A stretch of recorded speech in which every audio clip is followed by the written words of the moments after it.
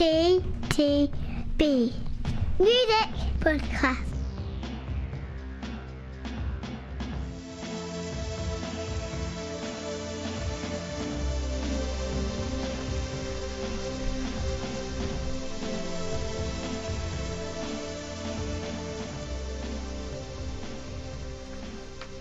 Nice Christmas jumper. Thanks. Quite like yours. Yeah, some person bought it for me. Can't remember. What's the reference again? Is it Die Hard? I think it's mass murdering people. I think the reference is. Yeah, Die Hard. It's Die Hard. Yeah, don't know what that's got to do with Christmas. No. Nee. Yippee-ki-yay. Anyway, Yeah, this is the Christmas podcast without Christmas, sort of. good. Ho ho ho! Instead, we've got two Gallaghers for the price of one, which may or may not be a good thing. We shall soon find out. Bog off. We have Taylor Swift talking about her reputation, whatever that might be. We have LCD Soundsystem and his American Dream. We have Kendrik, oh my god, I really am the top of every single bloody critics list known to mankind. We'll come to that in another podcast. Lamar with Damn. And then Thundercat with a perfect album for this season, which is Drunk. Yeah. And then there's the Sia album, Every Day is Christmas, but you haven't listened to it. Except for I've just listened to it except now. except for two songs. I've just been listening to it. Yeah. Let's do some festive. Anywho, Yeah. let's start with the Battle of the Gallaghers. And we'll start with Liam, As You Were. So, Pete, As You Were. As I was. Okay. This is probably the best post Oasis Liam Gallagher album. But if that sounds like a So, starting with the dabbing of faint praise then. but if that sounds like the dabbing of faint praise, I was about to say it really is. Oh gosh. There is I know that he's sort of buddied up with a co-writer on this, and actually, okay, let's go to, here comes some compliments. There's some genuine compliments here. I actually think that the team behind this and Liam, they brought the best out of Liam here. You get what you remember about Liam being a great vocalist.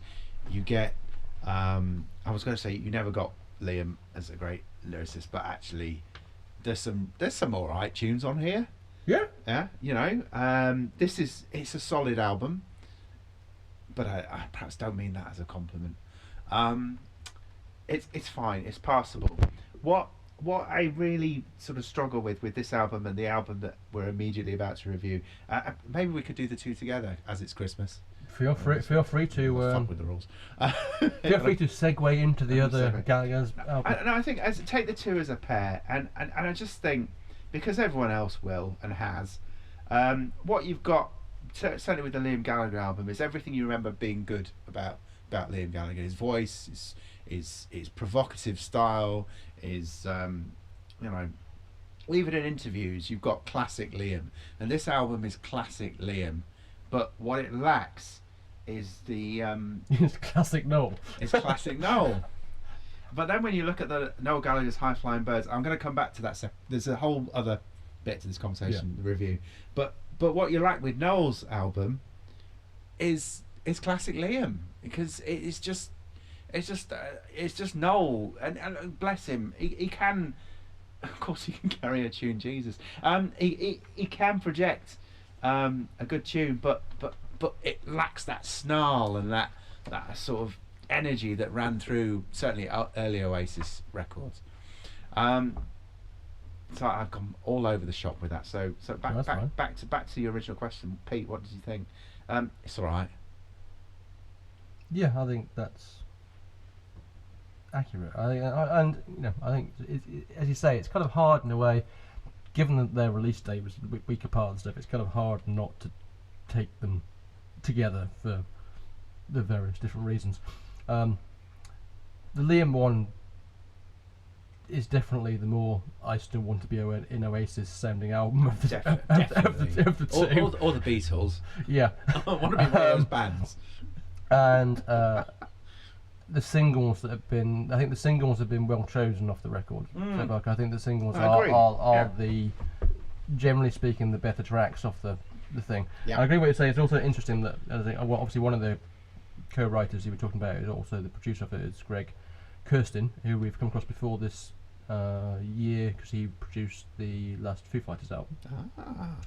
And we will also mention him again a couple more times in this podcast because he's also present in 2 other records during this podcast.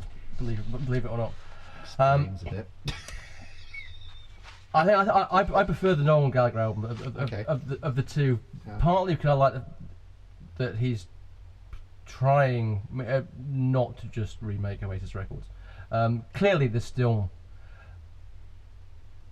the kind of central point of his kind of songwriting is still that whole kind of early 70s rock of kind of Slade and stuff like that. And in fact, obviously, Holy Mountain, which is the big single off this, is a huge slice of kind of Roy Wood's Wizard kind of stuff. And talking of the Beatles, clearly there's always got to be that one point where you have the be careful what you wish for, otherwise known as Come Together. Quite belated, in fact. But if you ignore that, I think there's some quite. I like the kind of Chemical Brothers kind of influence on Fort Knox and stuff like that. She Taught Me How to Fly was clearly a song he wrote and offered to Blondie and they turned down because it just sounds like Heart of Glass, and then the arrangement and the kind of drumming, you can just imagine kind of Blondie actually doing it as a song. As the album goes on, similar to the Liam album, I think both albums kind of start better and then kind of peter out a bit. Although arguably the last couple of tracks on the Noel album are the most Oasis-like, I suppose. Man Who Built the Moon particularly.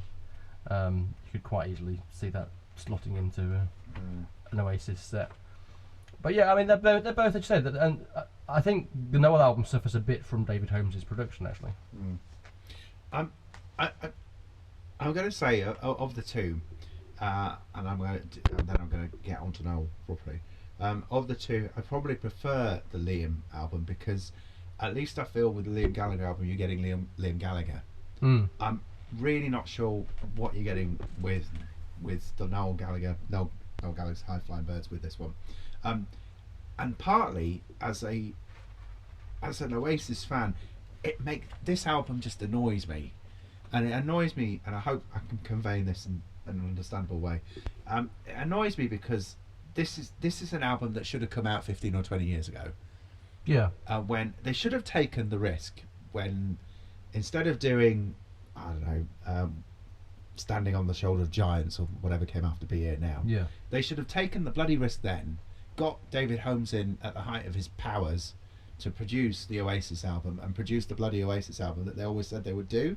Yeah. The sort of experimental album, sort of the psychedelic pop dance album, which I think Noel Gallagher still keep trying to scratch this particular itch. Yes, I think you're right. And he does this on this album. He sort of does it well, but I just get frustrated as a fan because I think it's too bloody late, mate. It's done.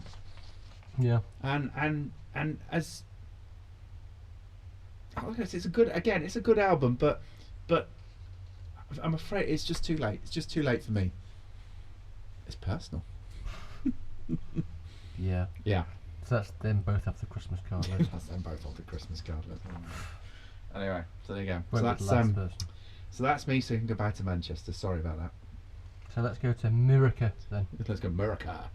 And Taylor Swift's Reputation. And I'm certain it's probably already the biggest album of the year because that's kind of what happens with this kind of things. I have to say, this is before I say some nice things about it, I have to say overall I think it's quite a disappointing record. We'll talk perhaps in the next podcast about disappointing records even more.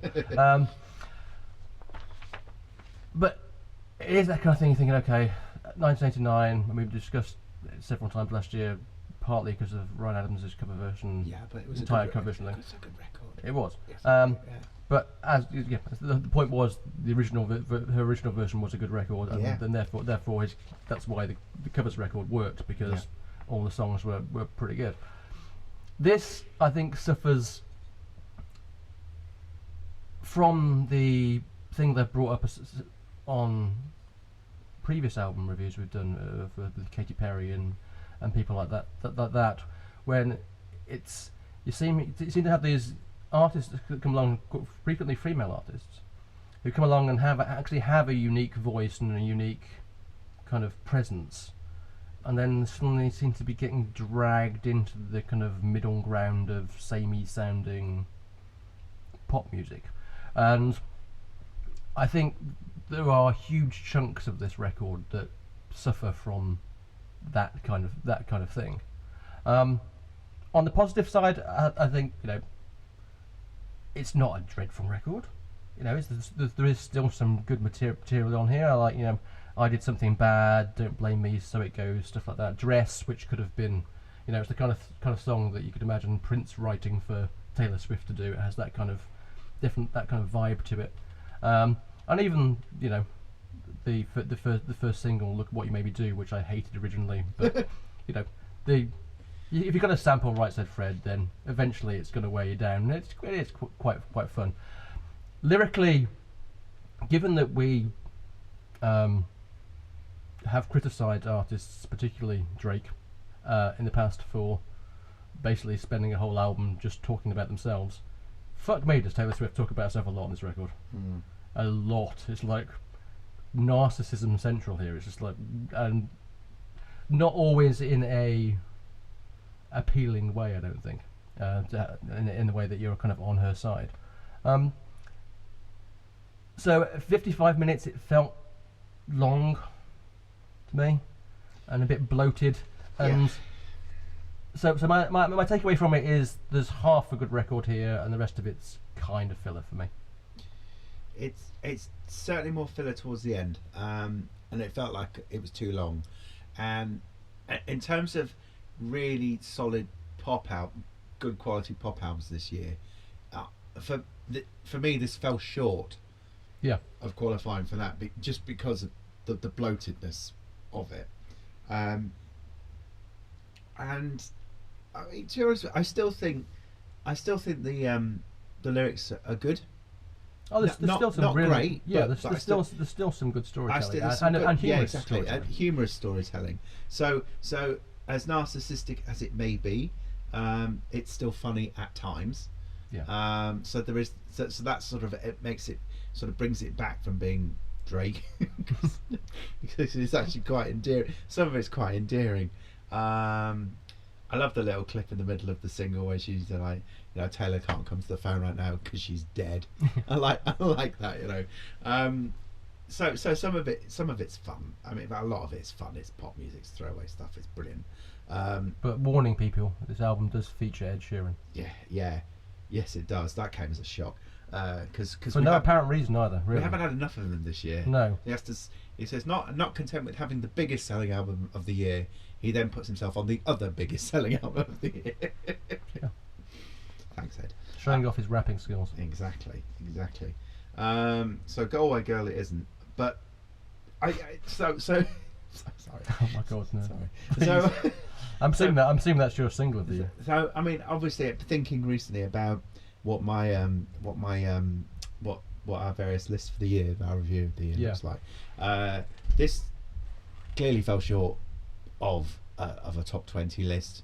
Yes. It could have bubbled around my top 25 maybe on a good day. Yeah, I think that's fair. I'd have to say the same. I'm kind of in that same kind of vibe. It's a good pop album. But it's just, I suppose that's the problem if you set yourself a standard to a certain extent, if you kind of fall below that, which is why I kind of found I found it a disappointing record, because I was hoping for better than it turned out to be.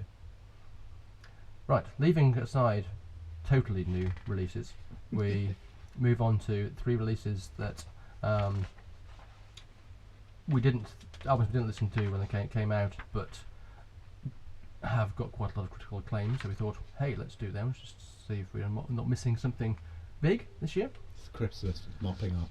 Yeah.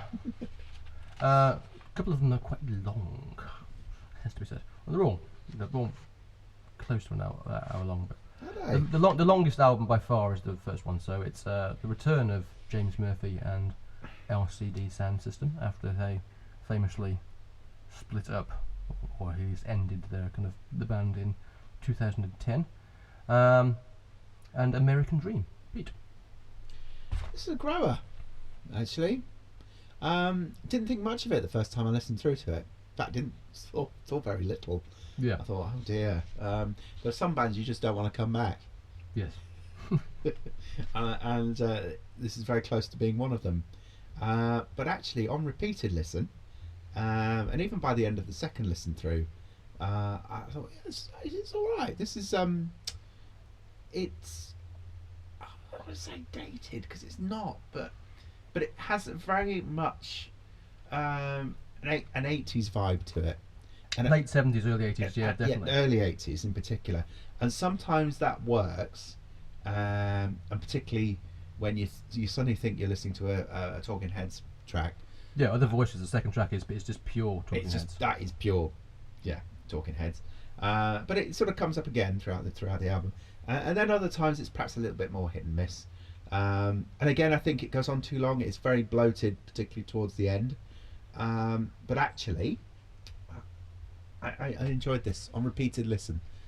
It was worthwhile, but certainly not the standard of where they were. Yeah, I agree on the repeat listen thing. This has been one of my favourite albums of December. I've really enjoyed this record.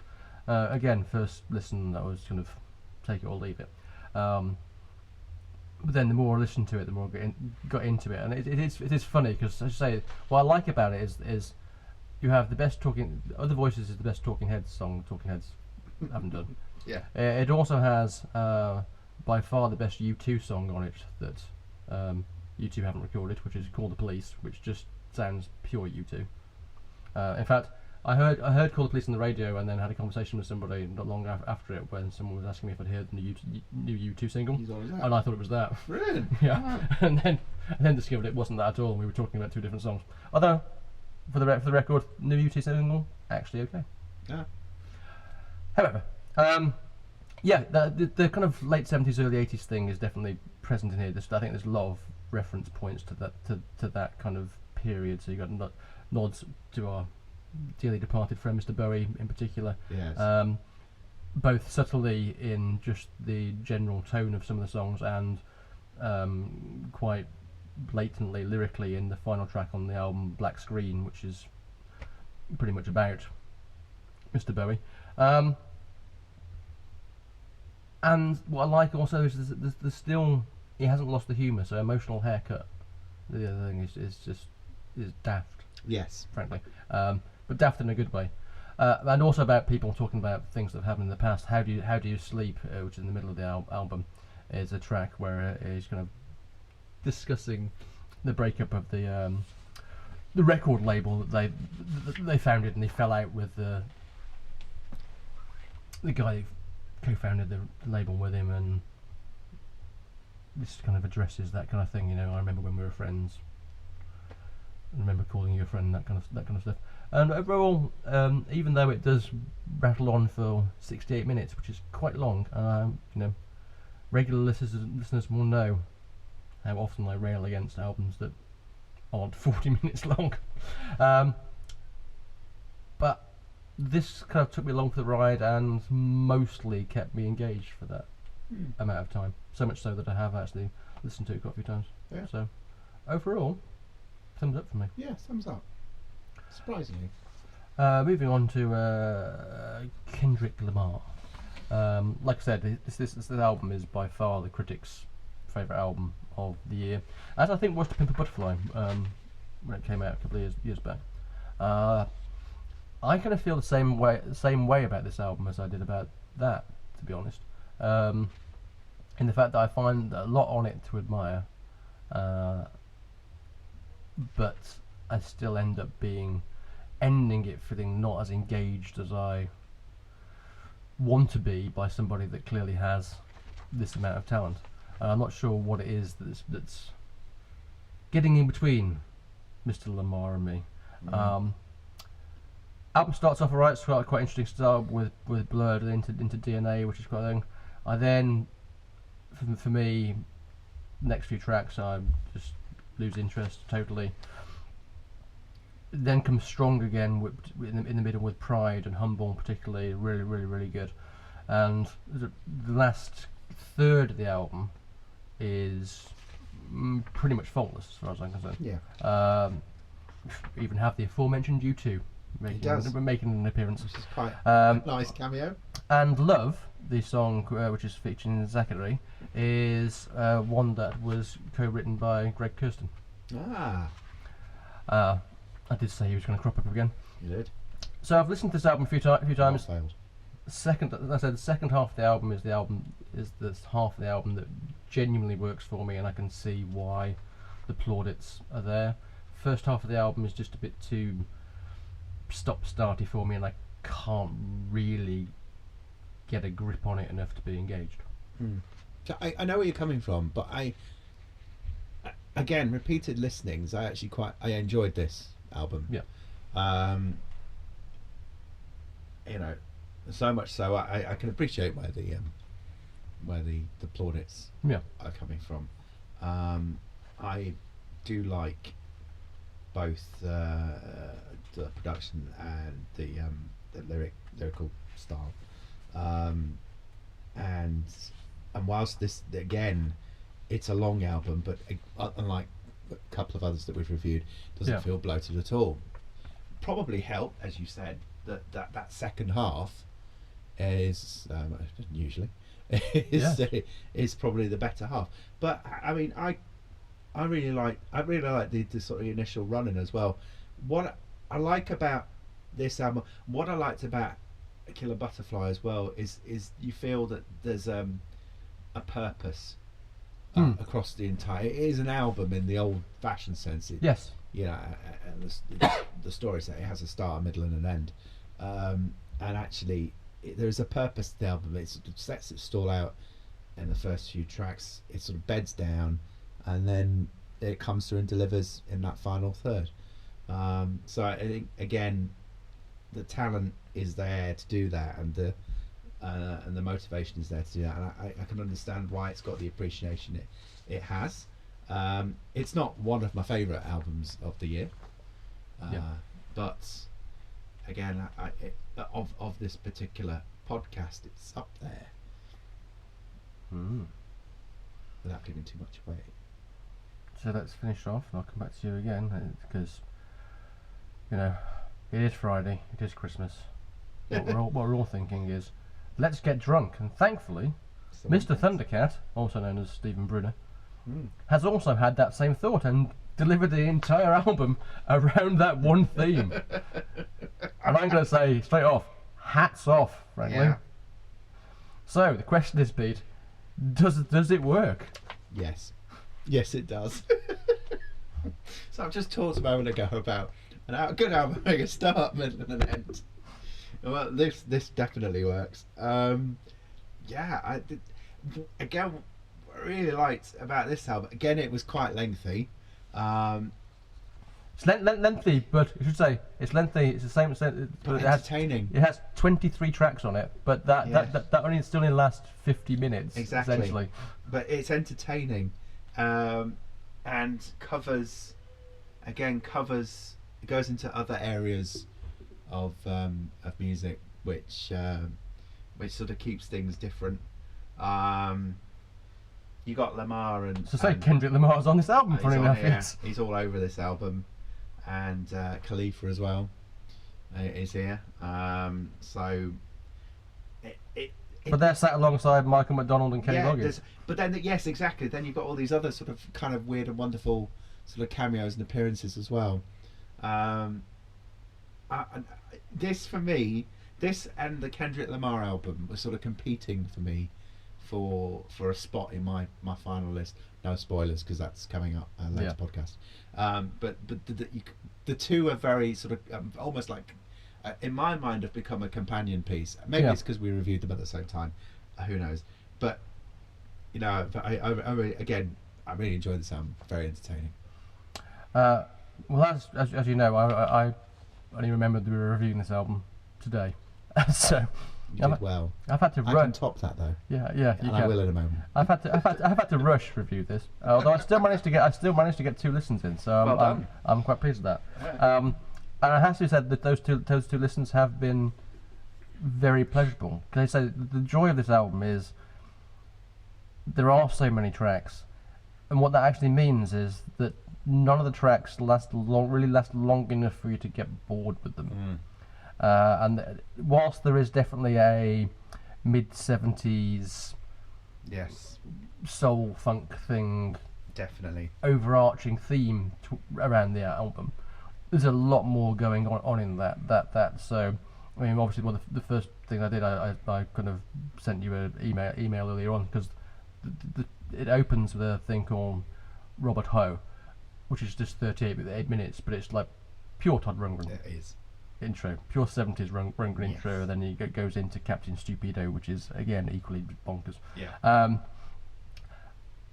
And it does have that kind of thing of literally amalgamating Hall and Oates. This has got Hall and Oates, Todd Rundgren, Yep. all the kind of Philly soul thing, some straight out funk, and then just some weird shit, frankly. But it all kind of flows naturally, Yeah. and just kind of works. And you get to the end and kind of think, oh, that was quite fun. Yeah. I felt if Todd Rundgren ever went into sort of wanted to produce a rap album or any other sort of black music of today, I felt this is how it could end up sounding. Yeah. And, No, you know, I think that's quite a fair statement, actually. Yeah. Yeah, so it's and like lyrically, it's very music as well. 'Cause it is like it does just take the whole theme of drinking. There's a good Twitter line in there at one point. Yes. And it's a really, really fun record that is one that I'm definitely going to listen to more post podcast. Not Yes. immediately post podcast, to understand, but certainly post podcast. Anyway, because it's Christmas, we decided, on Pete's recommendation, On my recommendation. that we should do a Christmas album, which is Sia's Every Day is Christmas. Yeah. So, Pete, what did you think of this? Well, I'm glad I recommended this one and not the other one I was going to recommend, which was that bloke out of Keene who I see he's been. Yeah. Yeah. So be thankful. I then completely forgot Yeah. that I was going to recommend this. An album written and produced by Sia and Exactly. our friend Greg. And Again. back again. So I did a quick speed listen of some of the album on our way into the Vineland studio. Yeah, it's alright. It's a bunch of Christmas songs by Sia. Yeah. Yeah, that's my festive review. Thanks, folks. That's true. 35 Thanks minutes. for a wonderful year. Yeah, 35 minutes, 10 songs. Some critics have been quite snooty about it, saying, Yeah. just keep singing about the same kind of stuff. You're thinking, Well, it's a Christmas record. it's a Christmas There's record. only so much stuff you can. I'm right. They're all original Right. songs as well. So They are all original songs I as mean, well. hey, Yeah. so at least it's not 15 covers of Little Drummer Boy. No, and the sound, the kind of Which is sound of what the we used to album. have to do. Yeah, the sound of the album is kind of a mix between that kind of Phil Spector-esque wall of sound with Amy Winehouse style vocals Indeed. for the most part, and it is lyrically and musically repetitive. However, I think overall it kind of works more than it doesn't work. And in Santa's Coming For Us, which is the single, and Ho Ho Ho, which is another drinking song, actually, in the middle of the album, it has two of, in my mind, better Christmas songs to come along in a long while. It even has a song called Puppies Are Forever, not just Christmas, which is both really, really, truly dreadful, and by far the song I've been singing most over the last 5 days. So I'm now a huge fan of that. And also the song called Snowman, which is the third track, Yeah. which is a kind of romantic kind of thing, which also one snowman talking to another snowman who's kind of melting away kind of thing, Oh. which is quite slushy. No. Sorry. I just mouthed the big swear word. Yeah. And that actually just genuinely came to me then as well, so I do apologise. So actually, it's not a bad Christmas record. Okay. Given that we have reviewed some quite dreadful Christmas records. We have in our time. Yeah. So we stopped doing it. Exactly, it is. Overall, actually right. Yeah. As for my album with the podcast, I have a strange feeling if I'd have actually done my homework correctly, it may possibly have ended up as Thundercat. Yeah. But since I didn't, I have to be honest and say it's probably LCD Soundsystem. Okay. Again, Thundercat probably comes a close second for me, but I'm going to go with Kendrik Lamar. And there goes another year. And that's it. Yeah. Join us again Another for year over. the usual roundup of what our favourite albums of the year were, because I'm sure you're all looking forward to that. And more importantly, what the worst album of the year was, and other exciting categories. Got a few surprises. Honest. Honest we have. Tune in again. Please come back. Please come back. Merry Christmas.